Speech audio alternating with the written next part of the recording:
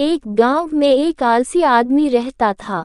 वह कुछ काम धाम नहीं करता था, बस दिन भर निठल्ला बैठकर सोचता रहता था कि किसी तरह भगवान भरोसे कुछ खाने को मिल जाए। एक दिन वह यूं ही घूमते घूमते आम के एक बाग में पहुंच गया। वहां रसीले आमों से लदे कई पेड़ थे। रसीले आम देख उसके मुंह में पानी आ गया और आम तोड़ने वह एक पेड़ पर चढ़ गया। लेकिन जैसे ही वह पेड़ पर चढ़ा, बाग का मालिक वहां आ पहुंचा। बाग के मालिक को देख आलसी आदमी डर गया और जैसे तैसे पेड़ से उतरकर वहां से भाग निकला। भागते भागते वह गांव के बाहर स्थित जंगल में जा पहुंचा। तभी उसकी नजर एक लोमड़ी पर पड़ी। उस लोमड़ी की एक टांग टूटी हुई थी और वह लंगड़ाकर चल रही थी। लोमड़ी को देख आलसी आदमी सोचने लगा कि ऐसी हालत में भी इस जंगली जानवरों से भरे जंगल में ये लोमड़ी बच कैसे गई? इसका अब तक शिकार कैसे नहीं हुआ? जिज्ञासा में वह एक पेड़ पर चढ़ गया और वहां बैठकर देखने लगा कि अब इस लोमड़ी के साथ आगे क्या होगा। कुछ ही पल बीते थे कि पूरा जंगल शेर की भयंकर दहाड़ से गूंज उठा, जिसे सुनकर सारे जानवर डरकर भागने लगे। लेकिन लोमड़ी अपनी टूटी टांग के साथ भाग नहीं सकती थी। वह वहीं खड़ी रही। शेर लोमड़ी के पास आने लगा। आलसी आदमी ने सोचा कि अब शेर लोमड़ी को मारकर खा जाएगा। लेकिन आगे जो हुआ वह कुछ अजीब था।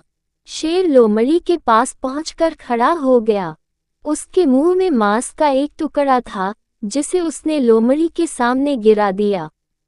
लोमड़ी इत्मीनान से मांस के उस टुकड़े को खाने लगी। थोड़ी देर बाद शेर वहां से चला गया। ये घटना देख आलसी आदमी सोचने लगा कि भगवान सच में सर्वैसवा है।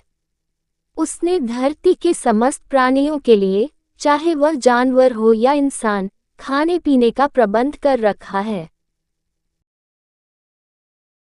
घर आकर वह 3 दिन तक बिस्तर पर लेटकर प्रतीक्षा करने लगा कि जैसे भगवान ने शेर के द्वारा लोमड़ी के लिए भोजन भिजवाया था, वैसे ही उसके लिए भी कोई न कोई खाने पीने का सामान ले आएगा। लेकिन ऐसा कुछ नहीं हुआ। भूख से उसकी हालात खराब होने लगी। आखिरकार उसे घर से बाहर निकलना ही पड़ा।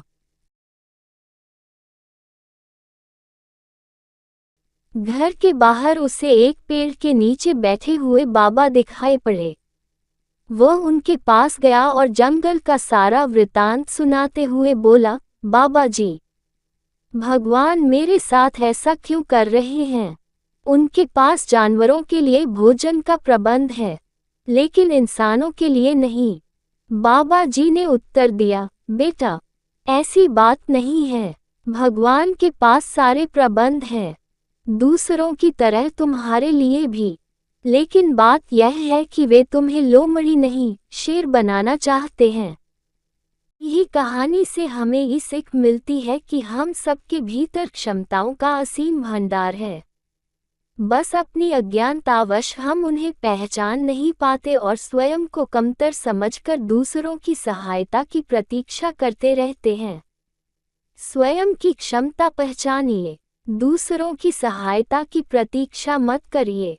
इतने सक्षम बनिए कि आप दूसरों की सहायता कर सकें।